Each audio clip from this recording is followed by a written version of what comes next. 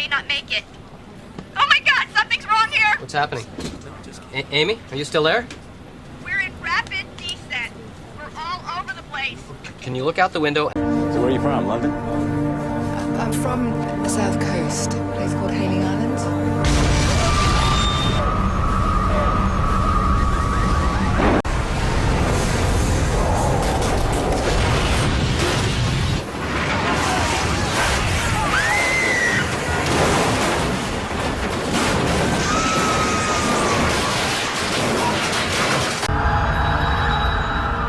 American Airlines Flight 11 instantly destroys 6 floors of the North Tower. Though all levels were designed to be smoke and fire resistant, smoke penetrates through the remaining floors to the top within a minute of... When this plane is bearing down on me, I level eye contact.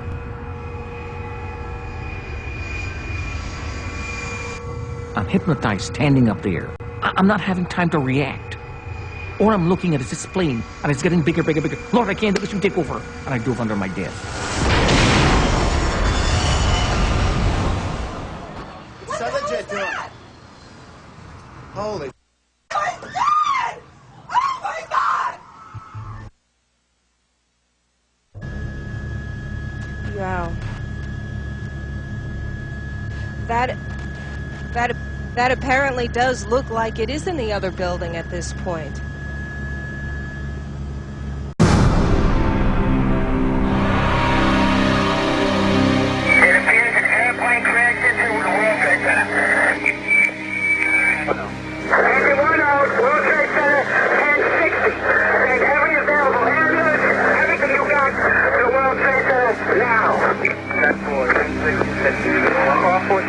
Marine 6 advising a second plane into the World Trade Center, okay? I was at my sister Lisa's apartment, helping her get her son Michael ready for school.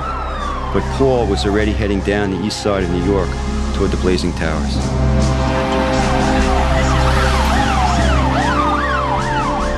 Two hijacked planes had been slammed deliberately into the Twin Towers. Their fuel load of 10,000 gallons ignited immediately. In the towers, which at that time of day housed about 15,000 people, there must have been complete panic. Many were spilling out into the street. This is a U.S. airline. It was a plane, commercial plane coming towards us. I said, it's going to hit my building. It's going to hit my building. All of a sudden, it made a left-hand turn and a right, and it hit. All of a sudden, the whole downtown area just shook. It just literally, I thought it was an earthquake at 1.2, and then you could literally see the whole thing just explode. It was horrible. Within minutes of arrival, a fifth alarm was transmitted for a major incident in a high-rise building. 10-4, authority, Chief Gansey, fifth alarm, west investing. 50 units were arriving on the streets below. On board, the men were thinking this fire would be one hell of a fight. But for many of them, this would be their last alarm.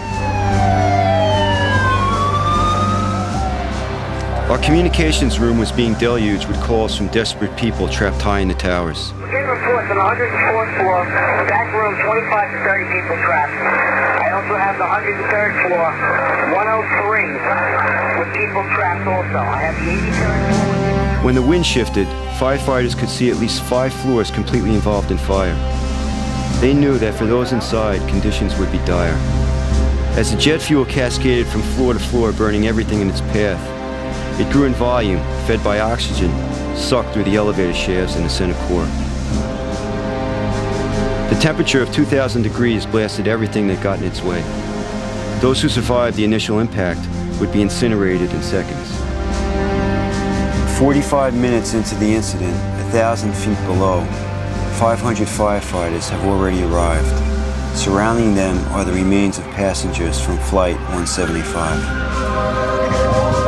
Over 100 firefighters had already been given orders and entered the 2 buildings. On West Street, Assistant Commissioner Steve Gregory had arrived. Directly below the South Tower was Safety Battalion Chief Arthur Lakiotis. They were setting up a command post. Paul Bariff had joined them with his camera. Everything was going as planned. Units were arriving, and being sent to work. For some, these would be their final moments. And then it happened.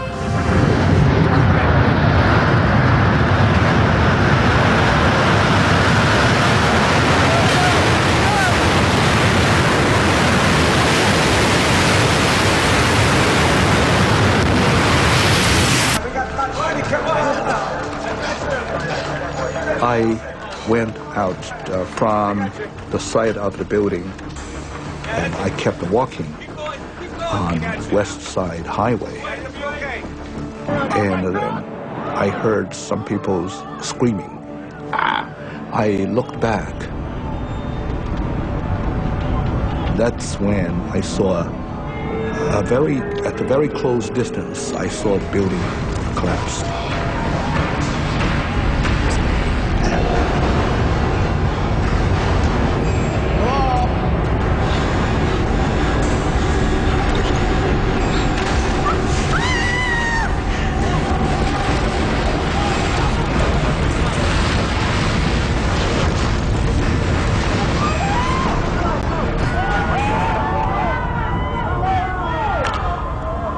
I thought probably we lost Harry at that moment.